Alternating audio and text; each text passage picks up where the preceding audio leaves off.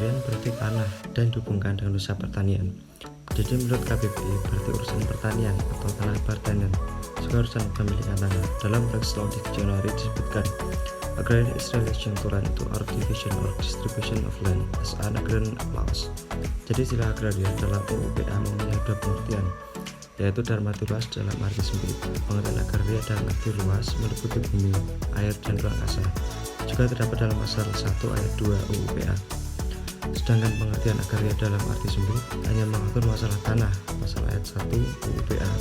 Atau perlindungan menyatakan bahwa pengertian agraria mempunyai ruang lingkup, yaitu dalam arti sempit bisa berwujud hak-hak atas tanah ataupun pertanian saja. Setelah tadi kita sudah mempelajari apa sih itu hukum agraria, nah sekarang kita juga harus belajar tentang apa saja sih yang jadi sumber-sumber di hukum agraria. Nah, jadi sumber hukum agraria itu ada dua. Yang pertama itu ada sumber hukum agraria tertulis, dan yang kedua itu ada sumber hukum agraria tidak tertulis. Nah, dari namanya aja kita udah bisa mengidentifikasikan bahwa sumber hukum agraria tertulis itu adalah sumber hukum yang tercantum di dalam berbagai peraturan perundang-undangan, baik di dalam Undang-Undang Dasar atau Peraturan Presiden dan juga KUHP. Nah, sedangkan secara sistematisnya sumber hukum agraria tertulis itu dibagi menjadi 5. Yang pertama itu ada di Undang-Undang Dasar 1945 di pasal 33 ayat 3, dan yang kedua itu ada di Undang-Undang Nomor 5 Tahun 1960 tentang Peraturan Dasar Pokok-pokok Agraria atau UU/PA.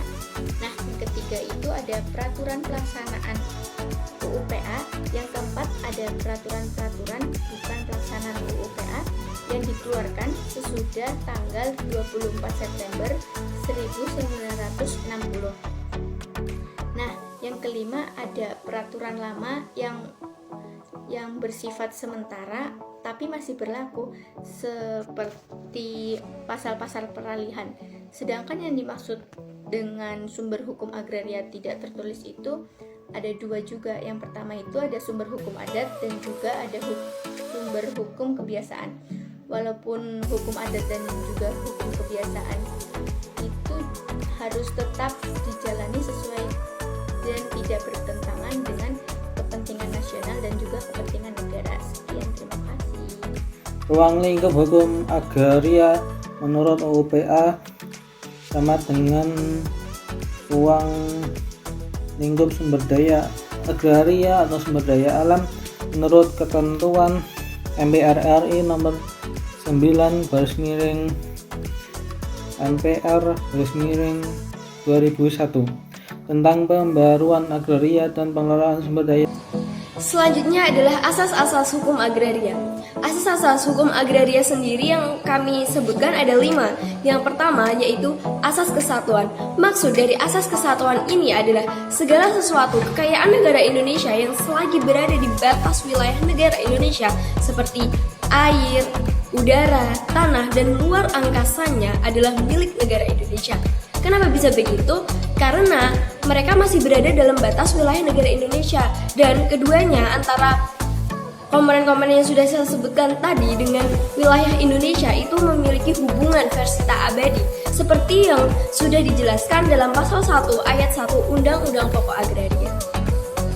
Yang kedua yaitu asas kepentingan nasional. Maksud dari asas kepentingan nasional ini bahwa komponen-komponen yang sudah saya sebutkan tadi itu merupakan kekayaan negara Indonesia yang mana semuanya itu hanya untuk dimanfaatkan hanya untuk rakyat Indonesia saja, untuk kepentingan rakyat Indonesia, untuk kepentingan warganya. Yang ketiga yaitu asas nasionalisme. Asas nasionalisme ini berarti yang pertama yang dapat berhubungan langsung dengan kekayaan negara Indonesia hanyalah rakyat Indonesia yang bisa berhubungan dalam batas-batas tertentu. Kemudian antara rakyat Indonesia yang satu dan antara rakyat Indonesia yang lain memiliki hak yang sama untuk mengambil manfaat dari kekayaan tersebut.